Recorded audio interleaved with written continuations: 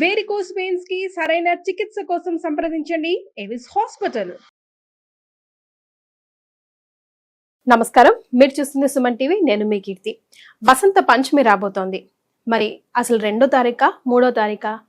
వసంత పంచమి రోజు ఏ దేవీ దేవత ఆరాధన చేయాలి, ఎలా చేయాలి, విధి విధానాలేంటి, ఏవైనా దాన ధర్మాలు ప్రత్యేకంగా ఈ రోజు వస్తే ఎలాంటి పుణ్య ఫలితం మనకు లభిస్తుంది, మనకు తెలియజేయడానికి మనతో పాటు ప్రముఖ ఆస్ట్రాలజర్ బ్రహ్మశ్రీ నందిపట్ల శ్రీహరి శర్మ గురువు గారు ఉన్నారు.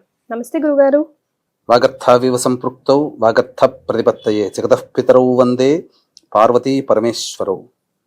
సదాశివ సమారంభాం శంకరాచార్య మధ్యమాం అస్మదాచార్య పర్యంతం వందే గురు పరంపరాం.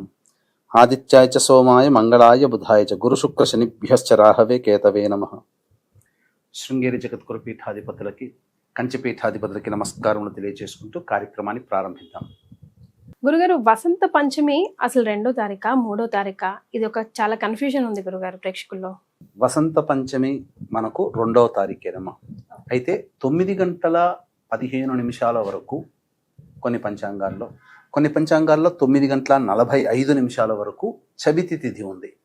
తదనంతరమే పంచమి వస్తుంది 2వ తారీఖు రోజున. 3వ తారీఖు రోజున సూర్యోదయానికి ఉన్నది పంచమి తిథి. కానీ 3వ తారీఖు రోజున సూర్యోదయం 6 గంటల 50 నిమిషాలు ఉదయం. కానీ పంచమి తిథి 6 గంటల 52 నిమిషాల వరకు మాత్రమే ఉంది. అంటే సూర్యోదయం అయిన తర్వాత 1 నిమిషము అనేటువంటిది మనకు పర్వదినాన్ని నిర్ణయించడానికి సరిపోదు. కాబట్టి రోజు మొత్తము కూడా, ప్రదోషకాల సమయము కూడా, నిశీ సమయం కూడా పంచమీ తిథి 2వ తారీఖునే ఉంది. కాబట్టి వీక్షించేటువంటి ప్రేక్షకులు అందరూ కూడా వసంత పంచమి 2వ తారీఖునే అని గ్రహించాలి. రైట్. మరి వసంత పంచమి రోజు ఏ దేవి దేవతను ఆరాధించాలి, ఎలా ఆరాధించాలి గురుగారు? వసంత పంచమి రోజున మనకు ఈ ఆరాధన అనేటువంటిది మన దక్షిణ దేశాలలో, అనగా దక్షిణాది రాష్ట్రాల్లో అంతగా లేకపోయినప్పటికీ నార్త్ సైడ్ మాత్రం దీని ఆరాధన చాలా విశేషంగా చేసుకుంటారు. ఎందుకనంటే జ్ఞానము, సమస్త పురాణాలు, శాస్త్రములు, వేదాలు ఎక్కడ పుట్టాయి? నార్త్లో పుట్టాయి. వేదాలకి శాస్త్రాలకి అధిపతి ఎవరు? సరస్వతీదేవి. కాబట్టి అక్కడ వాళ్ళు బాగా ఆరాధన చేస్తారు. మన దగ్గర శాస్త్రాలు పుట్టలేదు కదా, వేదవ్యాసుడు ఇక్కడికి వచ్చి వేదాన్ని రచించలేదు కదా. కాకపోతే వేదవ్యాసుడు సరస్వతి అనుగ్రహాన్ని గౌతమి నదీ తీరం, అనగా గోదావరి నదీ తీరంలో అమ్మవారికి తపస్సు చేసి పొందినాడు కాబట్టి, అనుగ్రహాన్ని పొందినాడు కాబట్టి వ్యాసపురిగా పిలుస్తున్నటువంటిది క్రమేపీ బాసరగా మారింది. బాసర క్షేత్రము వ్యాసుని నిర్మితంలో ఉన్నటువంటి సరస్వతి అమ్మవారిదని చెప్పవచ్చు. కాబట్టి ఇక్కడ మనకున్నటువంటి దక్షిణాది రాష్ట్రాలలో ఈ బాసర అనేటువంటిది ప్రముఖమైనటువంటిది. అయితే మదన పంచమి, శ్రీ పంచమి, వసంత పంచమిగా నార్త్ సైడ్ కొలుస్తారు. అందుకని మీరు గమనించుకుంటే ఇప్పుడు ప్రయాగలో అతిపెద్ద 144 సంవత్సరాల కుంభమేళా జరుగుతుంది. ఈ కుంభమేళాలో కూడా పవిత్రమైనటువంటి పుణ్యస్నానాలు 6 లేదా 7 ఉన్నాయి.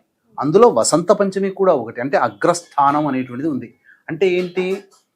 ఏ పని చేసినా, ఏ పని చెయ్యాలన్నా, ఏ పని పూర్తి చెయ్యాలన్నా మనిషికి జ్ఞానము కావాలి. ఆ జ్ఞానాన్ని ఇచ్చే దేవత సరస్వతీదేవి.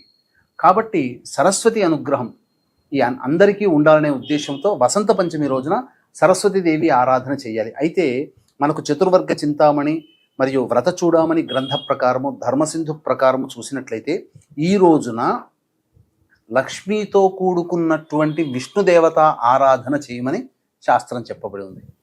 కాబట్టి ఖచ్చితంగా ఆ రోజున తైల అభ్యంగన స్నానము ఆచరించాలి. సంక్రాంతి రోజున ఎలా అయితే చేస్తామో నువ్వుల నూనెను ఒంటికి బాగా దట్టించి తైలాభ్యంగన స్నాన వసంత పంచమి రోజున చెయ్యాలి.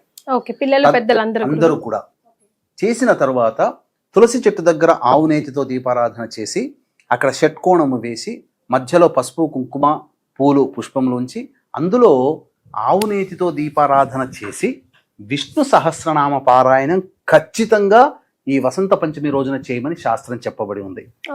ఇక తరువాత మనము జ్ఞానానికి ప్రతీక అయినటువంటి అమ్మవారిని కూడా మనం ఆరాధన చేయాలి. కాబట్టి సరస్వతీదేవి పుట్టిన రోజే ఈ వసంత పంచమి. ఇక్కడ పూర్వకాలంలో, ఇప్పుడు లేదు కాదమ్మా, 100 సంవత్సరాల క్రిందట ఎలా ఉండేదంటే వసంతం అంటే ఋతువులలో రాజు వసంతుడు. తర్వాత వసంతం అంటే ఏంటి? ఉత్సాహము, చక్కటి అనుభూతిని అర్థముగా వస్తుంది. అరే నీ జీవితంలో వసంతం వచ్చిందిరా అని అంటుంటారు, హ్యాపీ డేస్ లాగా. హ్యాపీ డేస్ లా అట్లా. అంటే ఏంటి అక్కడ కొత్తవి అనగా పాతవి పోయి కొత్తవి చిగురిస్తున్నటువంటిది. మనం ప్రకృతిలో కూడా చూసినా జనవరి నుంచి కొన్ని నెల 40 రోజుల వరకు మనము ప్రకృతిలో కూడా చూసినట్లయితే జనవరి నుంచి నెల 30-40 రోజుల్లో ఆకులన్నీ రాలిపోయి కొత్తగా చిగురిస్తూ ఉంటుంది. అంటే పూర్తిగా గ్రీనరీగా మారిపోతుంది. తద్వారా మనిషికి ఆహ్లాదము, ఆనందం కలుగుతుంది. అటువంటి చిగురుని ఇచ్చేటువంటి ఋతువుగా ఈ వసంత ఋతువు అనేది కూడా చెప్పబడి ఉంది మనకు శాస్త్రంలో.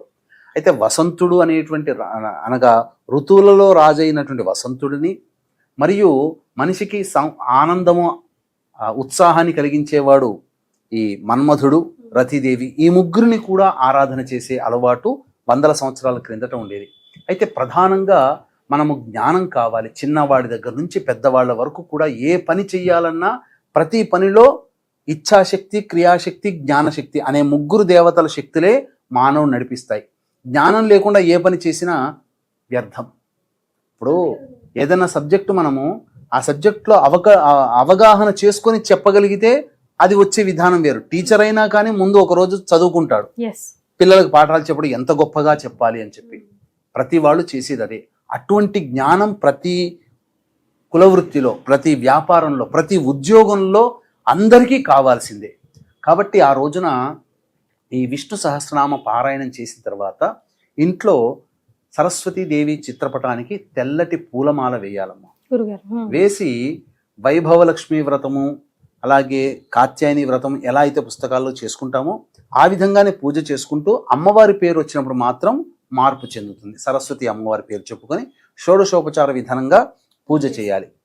పూజ చేసిన తర్వాత ఆ అమ్మవారికి తెల్లటి పదార్థాలతో చేసినటువంటివి నైవేద్యంగా పెట్టాలి. అంటే దద్దోజనం పెట్టవచ్చు, లేకపోతే సేమియా పాయసం లాంటిది పెట్టవచ్చు, లేకపోతే అన్నము చక్కెర పాలుతో చేసినటువంటి తెల్లటి పాయసము, రవ్వ లడ్డూలు పెట్టవచ్చు. జామ పండు అంటే అమ్మవారికి చాలా ప్రీతి కాబట్టి జామ పండు నైవేద్యంగా పెట్టవచ్చు. ఇక ముఖ్యంగా ఈ యొక్క వసంత పంచమి రోజున చక్కగా అందరూ కూడా దాంపత్య సమస్యలు ఉన్నవాళ్ళు ముఖ్యంగా విశేషించి కొన్ని నియమాలు, కొన్ని దానములు, పరిహారాలు కనుక పాటించినట్లయితే దాంపత్య సమస్యలు తొలగిపోయడానికి మార్గం సుగమమవుతుంది. ఓకే, ఎలాంటి దానాలు చేయాలి గురుగారు? అయితే ఇక్కడ మనము వీక్షించేటువంటి ప్రేక్షకులు గమనించాల్సింది ఏంటంటే ఈ వసంత పంచమి రోజున తప్పనిసరిగా చెప్పులు, గొడుగు, వస్త్రములు బ్రాహ్మడికి దానం చేయవచ్చు. లేదు వృద్ధాశ్రమంలో వృద్ధులకి దానం చేయవచ్చు, అనాథలకి కూడా దానం చేయవచ్చు. ఇవన్నీ కూడా దానాది కార్యక్రమాలు చెప్పబడ్డాయి. శనికి సంబంధించిన శనికి కాదమ్మా. ఎందుకంటే ఈ వసంత ఋతువు అయిపోయిన తర్వాత దీంట్లో ఉన్న అంతరార్థం ఏంటంటే పూర్వకాలంలో ఎందుకు ఈ విధంగా వచ్చిందంటే రోజులు గడుస్తున్న కొద్దీ చలి తగ్గిపోయి ఎండ పెరుగుతుంది కదా. అటువంటి ఎండ నుంచి శరీరాన్ని రక్షించుకోవాలంటే పాదాలు బాగుండాలి, చెప్పులు. మన శరీరం రక్షింపబడాలంటే గొడుగు, మంచి నూతన వస్త్రములు ఇస్తే అది దైవానుగ్రహం పొందుతుంది. కాబట్టి ఇవి మూడు ఖచ్చితంగా చేయాలి. అక్షరాభ్యాసాలు కూడా చాలా విరివిగా చేస్తారు కదా గురుగారు? అక్షరాభ్యాసాలు చాలా విరివిగా చేస్తారు. అసలు వసంత పంచమి రోజున చాలా మంది చేస్తారు. కాబట్టి వీక్షించేటువంటి ప్రేక్షకుల్లో ఇప్పుడు మనం చెప్పుకోదంటే ఏ సమయంలో అక్షరాభ్యాసం గనక చేస్తే మంచిదో తెలియచేసుకుందాం.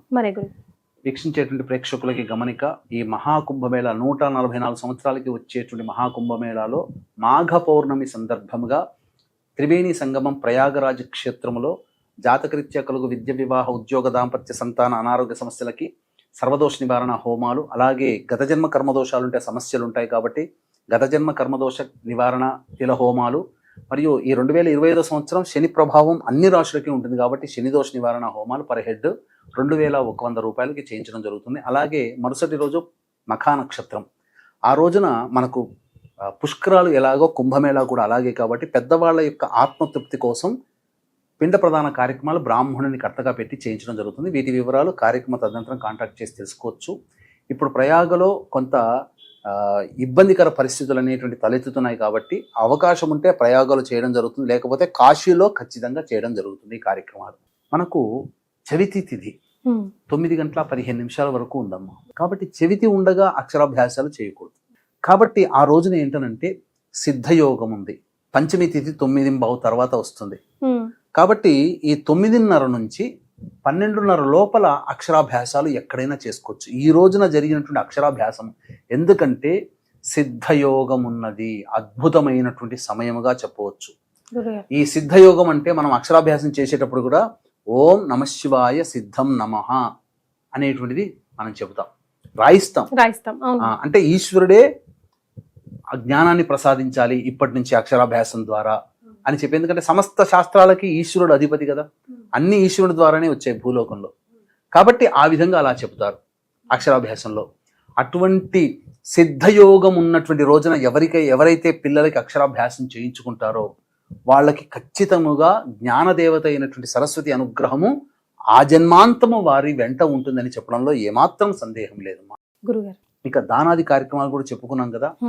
ఆ రోజున ఖచ్చితంగా అంటే దాదాపుగా బాలురు అని అంటే ఎంతవరకు అమ్మా, 5వ తరగతి లోపల చదువుతున్న వాళ్ళందరూ బాలుర కిందకి లెక్క. అంటే తర్వాత వాళ్ళు కూడా బాలురే, కానీ చిన్న పిల్లలకి సాటి పిల్లలకి దానాది కార్యక్రమాలు అంటే పెన్నులు, పుస్తకాలు, తర్వాత ఈ స్లేట్స్ ఇటువంటివన్నీ కూడా ఈ 5వ తరగతి లోపల ఉన్నటువంటి విద్యార్థులకి పంచుకుంటే తల్లిదండ్రులకి ఆనందంగా ఉంటుంది, పిల్లలు కూడా ఆనందపడతారు.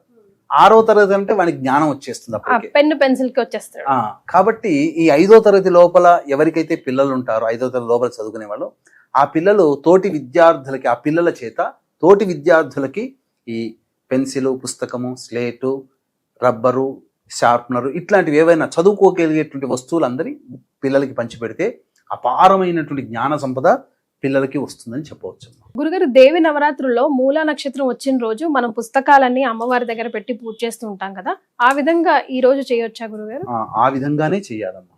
ఎందుకంటే మూలా నక్షత్రము మనకు దేవి నవరాత్రుల్లో అమ్మవారికి అధిష్టాన దేవత కాబట్టి ఆ రోజున ఉత్తరాభాద్ర నక్షత్రం ఉందమ్మా. ఏ రోజున? వసంత పంచమి రోజున. అంటే ఉత్తరాభాద్ర నక్షత్రానికి అధిపతి ఎవరు? శని. శని అంటే ఎవరనంటే సింపుల్ గా ఒక్క మాట చెప్పాలంటే హూణ విద్యా కారకుడు. హూణ విద్య అంటే విదేశీ విద్య. ఇప్పుడు మనందరు పిల్లల చేత చేయించేది విదేశీ విద్య కదా, ఆంగ్లమే కదా, ఆంగ్లంలోనే బోధిస్తున్నాం, అది విదేశీ విద్య, మన దేశ సంస్కృతి విద్య కాదు. హూణ విద్య అంటే శని కారకుడు. అట్టి శని నక్షత్రమైనటువంటి ఉత్తరాభాద్ర నక్షత్రం, పంచమీ తిథి మరియు ఈ సిద్ధయోగం ఉన్నటువంటి సమయం 9:30 నుంచి 12:30 లోపల అక్షరాభ్యాసం చేయిస్తే చాలమ్మా అద్భుతమైనటువంటి మేధస్సు పిల్లలకు వస్తుంది, సరస్వతి కటాక్షం సంపూర్ణంగా లభిస్తుంది. ఆ తదనంతరం ఇక ఆ రోజున అక్షరాభ్యాసం దిద్దిస్తారు కదా, మరుసటి రోజు కూడా ఖచ్చితంగా దిద్దించాలి. 3 రోజుల వరకు, 2, 3, 4వ తారీఖు వరకు, వీలుగాని పక్షంలో కనీసం 2వ తారీఖు 3వ తారీఖు వరకు అయినా కానీ పిల్లల చేత చేయించాలి. అక్షరాభ్యాసం కాదు, మొదలు పెట్టిన తర్వాత 2వ రోజు ఆపకూడదు, 3వ రోజు కూడా ద్వితీయ విఘ్నం, తృతీయ విఘ్నం ఉండకూడదు. కానీ శాస్త్ర ప్రకారం ద్వితీయ విఘ్నం వరకు కూడా లేకుండా చూసుకోవాలి. గురుగారు, విద్యా, బుద్ధి, జ్ఞానం ఏదైనా కూడా మన గత జన్మ పాప పుణ్యాల ఆధారంగానే వస్తూ ఉంటాయి అని చెప్తారు కదా, మరి అవన్నీ పోయి ఒక దారిలో పడడానికి, ఒక దీపం జ్యోతి లాగా కనిపించడానికి ఏదైనా మంత్రం చెప్తారా పిల్లలందరికీ? తప్పకుండా. అందులో ఎగ్జామినేషన్ సీజన్ గురుగారు, చాలా టెన్షన్ లో ఉంటారు కాబట్టి మీరన్నది కూడా వాస్తవమే. ఇప్పుడు చెప్పబోయేటువంటి మంత్రాన్ని ప్రతిరోజు పిల్లల చేత 108 సార్లు, ఇప్పుడు పిల్లలు పలకడం అంటే కష్టం, కానీ కనీసం 54 సార్లు, కనీసం 41 సార్లు, తక్కువలో తక్కువ నక్షత్ర సంఖ్య 27 సార్లైనా కానీ ఇప్పుడు చెప్పబోయేటువంటి మంత్రాన్ని గనక పఠించినట్లయితే అప్పుడు అమ్మవారి యొక్క అనుగ్రహం కలుగుతుంది. ఈ మంత్రం ఏదైతే ఉందో పెద్దవాళ్ళు కూడా పిల్లల కోసం ప్రతిరోజు 108 చేయొచ్చు, శక్తి ఉంటే 1008 సార్లైనా చేయొచ్చు. ఏంటా మంత్రం అంటే, ఓం వాగీశ్వర్యై చ విద్మహే బ్రహ్మ పత్న్యై చ ధీమహి తన్నో వాణీ ప్రచోదయాత్. మళ్ళీ ఓం వాగీశ్వర్యై చ విద్మహే బ్రహ్మ పత్న్యై చ ధీమహి తన్నో వాణీ ప్రచోదయాత్. ఓం వాగీశ్వర్యై చ విద్మహే బ్రహ్మ పత్న్యై చ ధీమహి తన్నో వాణీ ప్రచోదయాత్.